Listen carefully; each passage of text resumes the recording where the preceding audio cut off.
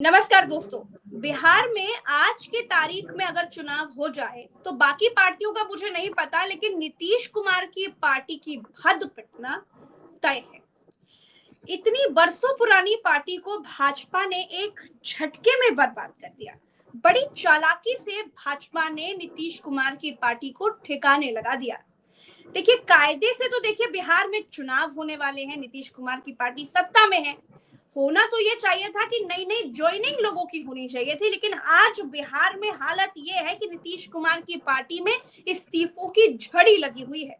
रोज दर्जनों लोग इनकी पार्टी छोड़ करके जा रहे हैं। तो आखिर क्या होगा नीतीश कुमार का, क्या होगा इनकी पार्टी का? आज अगर चुनाव हो जाए तो कौन जीतेगा, कौन भारी पड़ेगा? इन सारे सवालों के जवाब के लिए आज हमारे साथ अशोक सर हैं।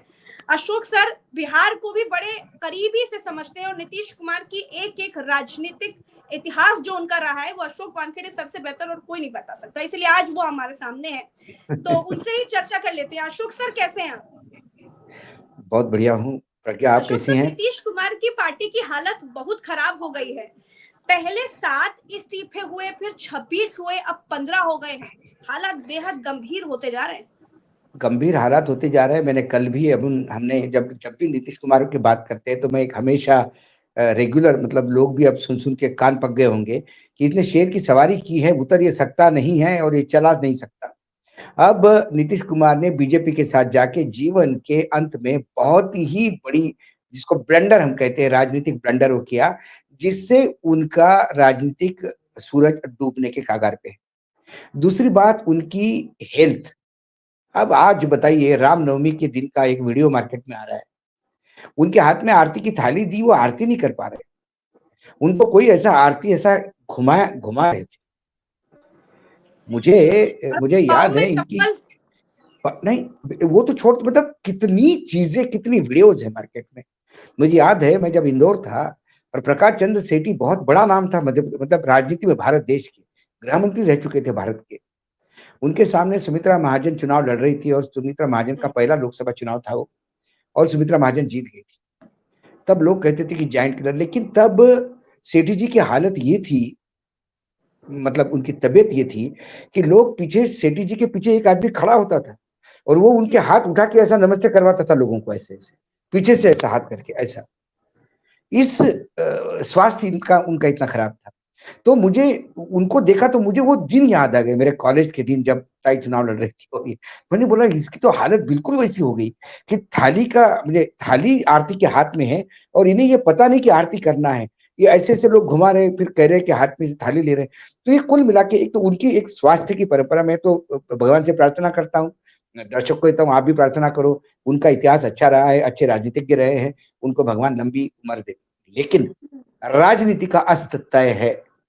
अब जो वक्तव्य आता है प्रज्ञा जी, वो बहुत ही इमैच्योर वक्तव्य है। उनने कहा कि जो गए हैं उनकी कोई औकात नहीं। ठीक है, कौन गए हैं? जिला परिषद के मेंबर गए हैं, कौन गए हैं तहसील ब्लॉक लेवल के अधिकारी मेंबर गए हैं, कौन गए हैं जिले के जनरल सेक्रेटरी गए हैं, जिले का यूथ का हेड गया है। तो आपको क्या लगता है, आज राहुल गांधी की रैली, राहुल गांधी का आपने यदि रोड शो देखा होगा, पदयात्रा थी, क्या भीड़ थी पीछे। आप मुझे बताइए कितने सांसद और विधायक है कांग्रेस के बिहार में? कुल मिला के 25 भी नहीं है। तो क्या ये 25 ही लोग थे क्या उनके पीछे? उन 25 लोगों को जो सत्ता में बिठाते हैं वो लोग थे। आप देखिए, ये फर्क है बीजेपी और जनता दल यूनाइटेड की सोच में। बीजेपी ने अपना कैडर इतना स्ट्रांग बनाया है कि किसी अरे गहरे नत्थु खैरे को चुनाव में खड़ा होकर जितवा के वो उसको मंत्री बना देते हैं। एक आदमी चुनाव लड़ा, बहुत उसमें चुनाव लड़ने का जज्बा था, डिपॉजिट जब्त हो गया। अगली बार बीजेपी से चुनाव लड़ा, जीत गया, पहला टाइम एमएलए, राजस्थान का मुख्यमंत्री बन गया। ये बीजेपी कर पाई क्योंकि बीजेपी के पास कैडर है, उनका उनके लोग हैं।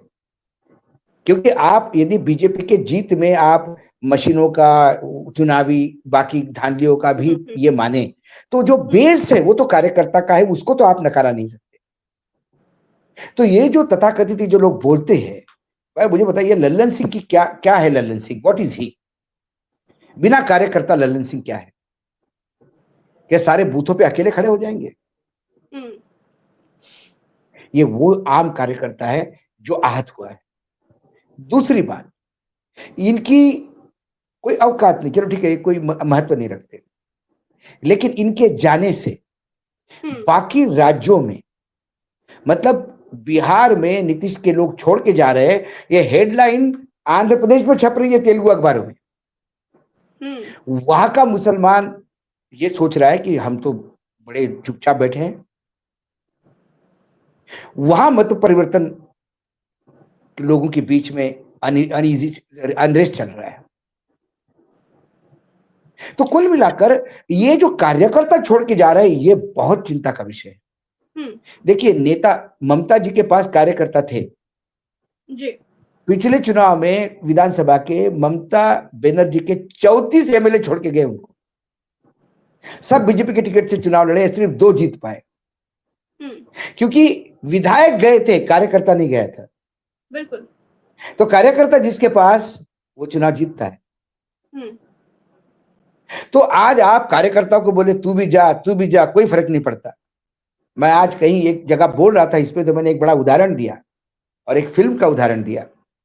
एक नाना पाटेकर की एक पिक्चर आई थी, प्रहार करके या आघात, ऐसा कुछ पिक्चर था। वो बेरोजगार युवकों की कहानी थी। नौकरी नहीं मिलती इसलिए वो क्रिमिनल बन जाते। एन चंद्रा की पिक्चर थी, इनिशियल, बहुत बढ़िया पिक्चर थी, आर्ट टाइप मूवी में थी। उसमें एक लड़के का एक अफेयर चलता है किसी लड़की के साथ, और वो आके चाय पीता है टपरी पे इनके साथ, और बहुत दुखी होकर कहता है यार उसकी शादी तय हुई। मैं उस लड़की से मिला, उसने कहा कि भाई दुबई का वो लड़का दुबई में काम करता है, नौकरी करता है, कार से आया था रिश्ता मांगने। अब मुझे मेरी जिंदगी भी तो देखनी है, तू तो अभी तक बेरोजगार है, मैं क्या करूं? तो कोई उसको कहता है छोड़, नाराज मत हो, नाउम्मीद मत हो, ये नहीं तो और सही, और नहीं तो और सही। तो नाना पाटेकर ठहाके लगा के कहता है अरे और सही के चक्कर में मोहल्ला खाली हो जाएगा। तो इनको जो लगता है ना कि ये कार्यकर्ता गए तो और सही, ये गए तो और सही, और सही के चक्कर में पार्टी खाली हो जाएगी, और पार्टी खाली हो रही है। जो लोग इस गेम प्लान के साथ काम कर रहे थे।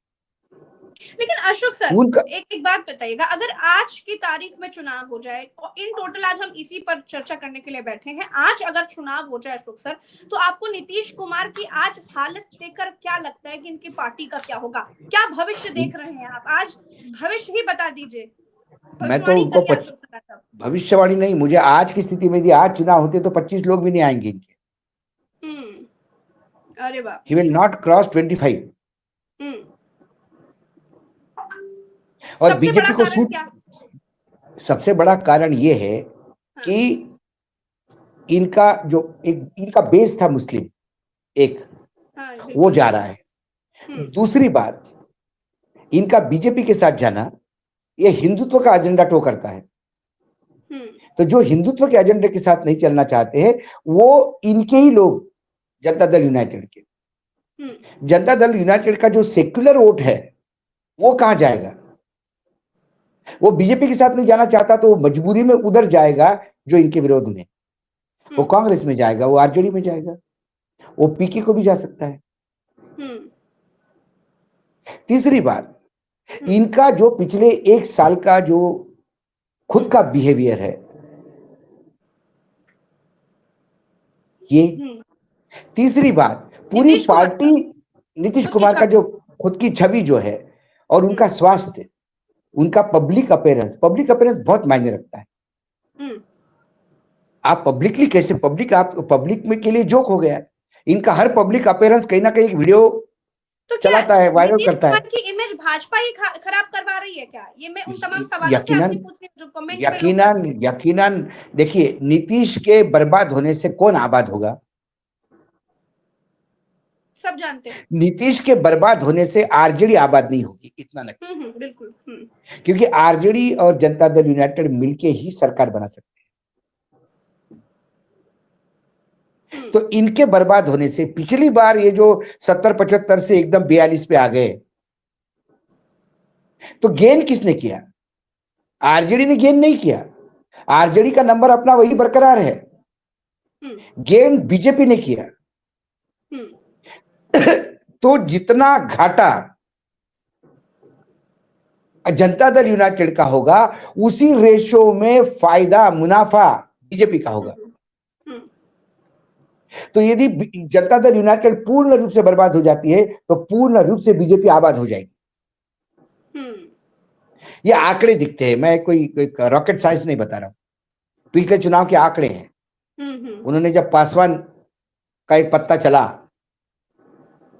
तो फायदा बीजेपी को हुआ।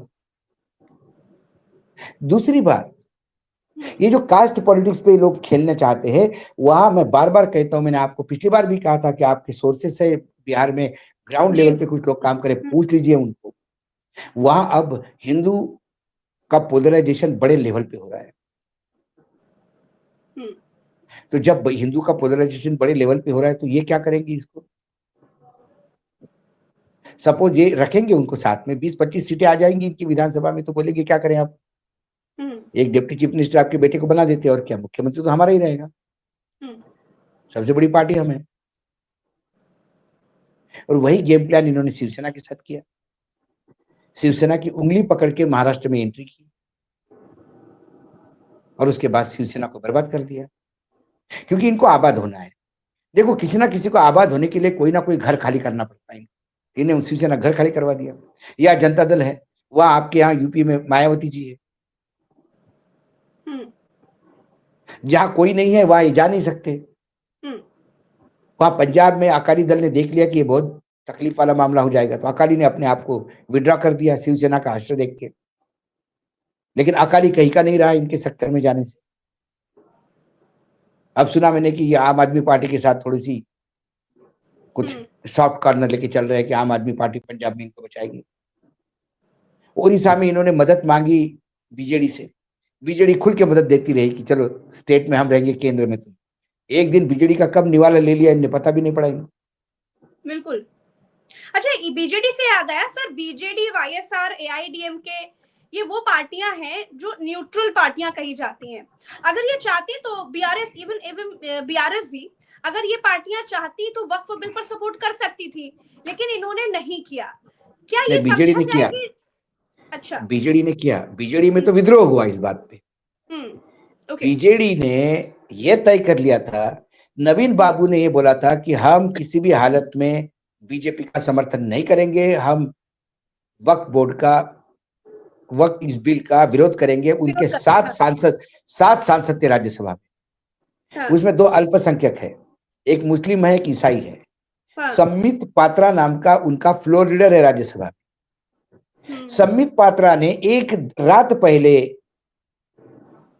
एक पोस्ट डाली फेसबुक पे कि बीजेडी के राज्यसभा सांसद अंतरात्मा की आवाज पे वोट करेंगे। तो उनको कुछ डाउट आया कुछ लोगों को, सुबह सुबह तक तो फोन पहुंच गए कि आप पार्टी का आदेश है, समर्थन करना है। पार्टी ने समर्थन तो कर दिया, लेकिन उसके बाद घमासान मचा है वहां पे। भगदड़। नवीन पटनायक को लेटर पे लेटर लेके जा रहे हैं। अच्छा, कि आप एक्शन लीजिए। सारे सांसदों ने तो वहां पे वहां विद्रोह हो गया। वाईएसआर, बाकी लोग न्यूट्रल रहे, चाहे वाईएसआर हो, एआईडीएमके हो, चाहे बीआरएस हो, तो इन्होंने सपोर्ट नहीं किया। तो क्या नीतीश नायडू और पासवान को, जयंत को भाजपा ने बलि का बकरा बना दिया, ऐसा कहा जाए? 100%। देखिए, उनकी नजर आंध्र पे भी है। आंध्र में जो पवन कल्याण की पार्टी है, उसको वो बूस्ट कर रहे हैं, क्योंकि बीजेपी वहां डायरेक्ट है नहीं, तो थ्रू पवन कल्याण के खंधे पे है। एक दिन पवन कल्याण को खा जाएगी वो पूरा होने के बाद।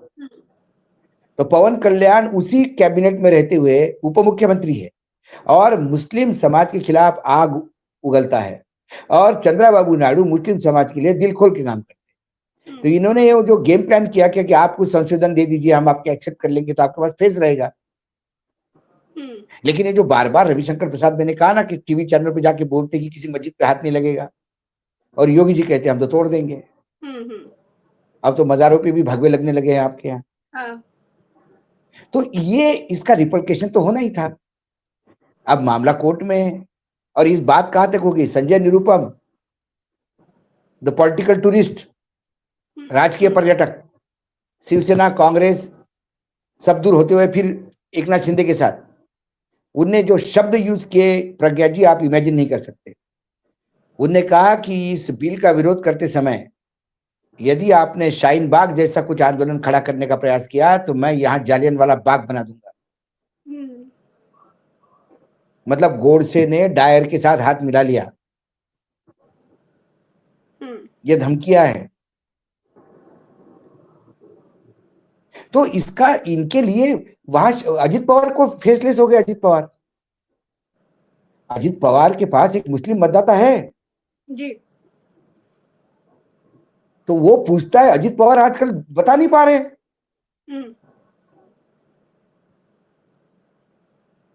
तो कुल मिलाकर इस वक्फ बोर्ड ने तथाकथित सेक्युलर चेहरे को नंगा कर दिया। सर, उद्योग मंत्रालय को चिट्ठी लिखी है नायडू जी ने, बहुत कड़ा विरोध दिखाया है ट्रंप के 26% वाले टैरिफ का। भाई अब तो क्या करेंगे? अभी कुछ ना कुछ उनको समझ में आ गया कि वो बीजेपी के चक्रव्यूह में फंस गए हैं। अब लेकिन क्या होता है प्रज्ञा जी, जो बूंद से जाती है वो हौद से नहीं आती। अब समझ में आ गया है, डैमेज हैज बीन डन। तो अब पछता है क्या जब चिड़िया चुग गई खेत? मैंने वही तो कहा, जो बूंद से गई वो हौद से नहीं आती। आप दब जगह करो, सरकार को गाली दो, सरकार को गलत कहो, आप समर्थन विड्रॉ करो तो भी मुसलमान यही समझेगा कि आपने हमारे डेथ वारंट पे तो सिग्नेचर कर ही दिया। तो कुल मिलाकर बिहार की राजनीति मुझे बहुत वोलाटाइल दिखती है और इसमें सबसे ज्यादा नुकसान, इतना भारी नुकसान जनता दल यूनाइटेड ने कभी नहीं उठाया होगा जितना उठाने जा रही, क्योंकि अब समाप्ति की ओर है जी जनता दल यूनाइटेड। अच्छा सर, चलिए ये तो राजनीति की बात हो गई, एक और राजनीतिक चर्चा हम और कर लेते हैं। हमने जो प्रयागराज में देखा है रामनवमी का वीडियो, अभी आपने उसका जिक्र भी किया तो मुझे लगा कि उस पर भी चर्चा कर ही लेनी चाहिए। कैसे दरगाह के ऊपर जो भगवा लहराया जा रहा था, ऐसा लग रहा था रामनवमी नहीं है, ये तो ईद वीद का जुलूस है। खूब भगवा लहराते रहते सारे हिंदू। क्या कहेंगे इस पर? क्या है ये? मुझे ऐसे कई वीडियोस है प्रज्ञा जी जो हम लोग दिखा नहीं सकते जी, जहाँ रामनवमी के जुलूस में मस्जिद और मजार के सामने जब जुलूस निकल रहा तो गंदी गंदी गालियां दी जा रही है बड़े बड़े माइकों से एक धर्म विशेष को।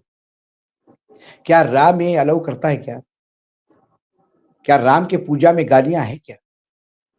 ये कौन से राम भक्त है? ये तो रावण भक्त भी नहीं हो सकते।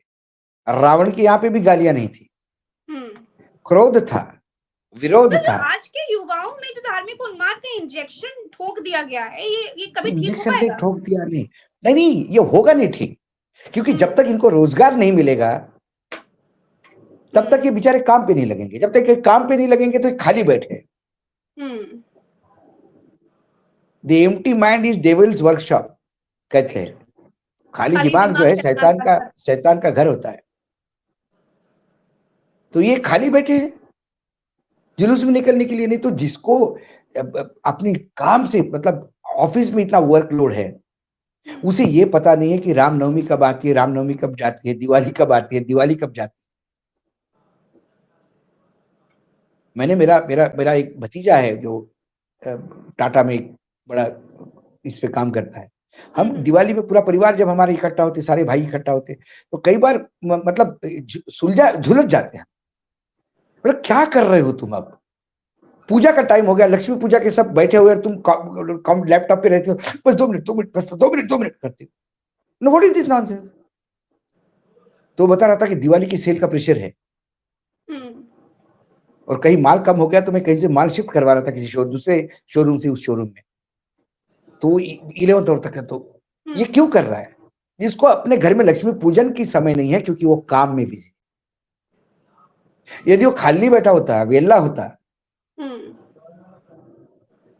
तो वो आधा घंटा पहले ही पूजा में आके बैठ जाता। मैं ये नहीं कह रहा हूं कि नास्तिक है वो, लेकिन काम पहले। हमारा सनातन धर्म हमको कर्म ही पूजा है ये बोला जाता है। और मैं तो महाराष्ट्र की भूमि से आता हूं, जो संतों की भूमि है, जिसमें तो पांडुरंग जो सबसे बड़ा मतलब सबसे बड़ा भगवान पांडुरंग है हमारे यहाँ देवता। हाँ। वो पांडुरंग एक हमारा यहाँ वो था, कुमार था, वो पांडुरंग पांडुरंग पांडुरंग रोज कहता था। भगवान चले गए उसके पास, बोला मैं आ गया हूं। वो मिट्टी पैर से ये सांध रहा था, तो उसने बोला आ गया तो क्या हो गया? बोले अरे तू बुला रहा तो मैं आ गया। तो बोले ये ईंट ऐसे उठाई, ईंट और खड़ी रख दी, बोले इस पे खड़ा हो जा, अभी इधर कीचड़ है, जब तक मेरा पूरा काम नहीं करूंगा मैं तेरे से बात नहीं करूंगा। तो इसलिए महाराष्ट्र के विठल ईंट पे खड़े हैं आज भी। ये हमारा दर्शन है। ये डीजे वाला दर्शन है क्या?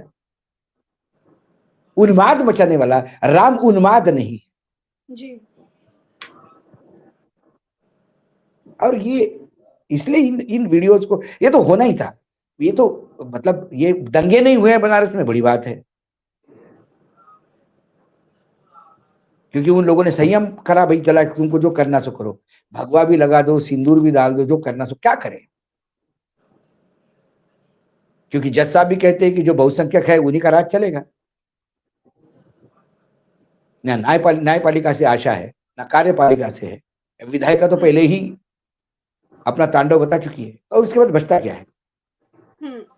जो है अपनी किस्मत समझ के रहो। के दफ्तर में एक डिबेट के दौरान, एक इंटरव्यू के दौरान रेखा गुप्ता जो मुख्यमंत्री हैं, उन्होंने उत्तर प्रदेश के पूर्व मुख्यमंत्री अखिलेश यादव को टोटी चोर कह दिया। आप क्या कहेंगे इस पर? ये एक मुख्यमंत्री के तौर पे, मैं दिल्ली का रहवासी हूं प्रज्ञा जी हाँ। और इसके लिए मैं शर्मसार हूं। मुझे शर्म आ रही है कि मेरी मुख्यमंत्री ऐसी है कि ऐसी भाषा का उपयोग करते हैं।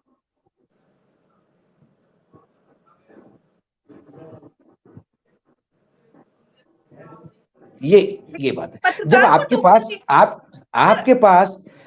पास जब वो नहीं होता, क्या आपके पास जब तर्क उत्तर नहीं होते प्रश्नों के। सर, संसद में हम भाजपा के नेताओं की बिल्कुल भाषा का जो लिमिट है वो सब कुछ देख चुके हैं कि किस तरह की भाषा का इस्तेमाल कर सकते हैं, तो वो तो उम्मीद नहीं करते, लेकिन कम से कम पत्रकारों से उम्मीद किया जा सकता है कि उनके डिबेट के दौरान, इंटरव्यू के दौरान अगर उनके चैनल पर कोई असभ्य बात करी जा रही है तो उसे रोक दिया जाए, टोक दिया जाए। नहीं, वो चैनल पे रेवेन्यू मॉडल है। एंकर क्या कहेगा? दिल्ली सरकार से भी विज्ञापन आना है, यूपी सरकार से भी विज्ञापन आना है। अखिलेश यादव तो कह रहे कांग्रेसी चैनल है, हम अपने प्रवक्ताओं को भेजेंगे नहीं। अब ये भी होने लगा कांग्रेसी, भाजपा, ये फलाना धमाका। सवाल ये है कि वो कांग्रेस, वो जो चैनल है वो अनुराधा जी का है, मैं जानता हूँ। रविशंकर प्रसाद जी की बहन है, लेकिन राजू शुक्ला की पत्नी भी है। अब राजू शुक्ला कहाँ है, ये शोध का विषय है। कहा जाता है जयशाह के बेटे के साथ काम धाम कर रहे हैं। नहीं, मैंने वही तो कहा कि राजू शुक्ला जी क्या है, ये वो कांग्रेस की सिपाही हैं या बीजेपी के स्लीपर सेल है, ये ग्रे एरिया है, तो इसलिए मैं अब ये दर्शकों को छोड़ देता हूँ। कर्म ही पूजा है। हाँ, कर्म ही पूजा है। चलिए, हम अंततः बात इसी पर करते हैं। बिहार पर लास्ट चलते एक सवाल यही है कि क्या देख रहे हैं बिहार का भविष्य, अशोक सर? लास्ट बिहार का भविष्य उज्जवल है। मुझे दया आती है नीतीश कुमार पे, बस और कुछ नहीं। अच्छा, और तेजस्वी यादव का भविष्य क्या देख रहे हैं आप? तेजस्वी यादव को इस आपदा से कैसा वो, मतलब ये जो अपॉर्चुनिटी उसको कैसे कैश करते हैं। अच्छा। तेजस्वी को थोड़ा दिल खुला रखना चाहिए। हाँ, मतलब ये यादव बढ़ेगा तो मेरे आगे आएगा क्या, थोड़ा कंपटीशन से तेजस्वी नहीं डरने चाहिए। अच्छा। सबको साथ में लेके चलने का समय है ये बिहार में। हाँ। जितना तेजस्वी बटोर लेंगे उतना तेजस्वी के चांसेस ज्यादा होंगे मुख्यमंत्री बनने के। और कांग्रेस में बिहार क्या कमाल करेगी, क्योंकि राहुल गांधी की पदयात्रा में बहुत जबरदस्त भीड़। देखिए, कांग्रेस की भीड़ तो हमेशा, मैं तो कहता हूं कि क्या ये तो भीड़ कुछ भी नहीं, जो भीड़ अखिलेश यादव जी के पिछले चुनाव में सभाओं में होती थी। हाँ। लेकिन फिर मैं कहता हूं कि भीड़ जो है ये बेरर चेक है। जब तक इसको बैंक में डिपॉजिट नहीं करोगे, आपके अकाउंट में पैसा नहीं जमा होगा, नहीं तो उसका रद्दी का भी मोल नहीं है। तो भीड़ को कन्वर्ट करना होगा। बूथ लेवल पे लोग चाहिए। हाँ। आपके कार्यकर्ताओं को जिंदा करना होगा। जो पार्टी के लिए लड़ना चाहते उनको सामने लाना होगा। पार्टी के स्लीपर सेल निकालने होंगे। बिहार में भी बहुत है। तो बिहार में इंडिया गठबंधन मजबूत रहेगा या फिर भाजपा मजबूत रहेगी आज की तारीख में? आज चुनाव हो, आज की तारीख में तो मुझे अभी भी भाजपा मजबूत होती हुई दिखाई देती है, क्योंकि देखिए भाजपा के पास वो है ना, दीवार का डायलॉग पिक्चर का, मेरे पास बंगला है, घर है, तेरे पास क्या है? मेरे पास माँ है। तो भाजपा के पास इस प्रजातंत्र की माँ चुनाव आयोग है, वो एक है। दूसरी बात है पोलराइजेशन है। तीसरी बात, ये लोग सर आपने कई बार इकट्ठा पोलराइजेशन का जिक्र किया है, क्या ये पोलराइजेशन नाराजगी है जो नीतीश कुमार से या जो भाजपा से नाराजगी है, ये सब पर भारी पड़ेगी? भाजपा से नहीं। क्या होता है, पोलराइजेशन इतनी जल्दी नहीं होता। नॉर्थ ईस्ट में संघ के लोग सालों काम करते रहे, 40-40, 50-50 साल काम किया नॉर्थ ईस्ट में, तब जाके भाजपा अंकुरित हुई।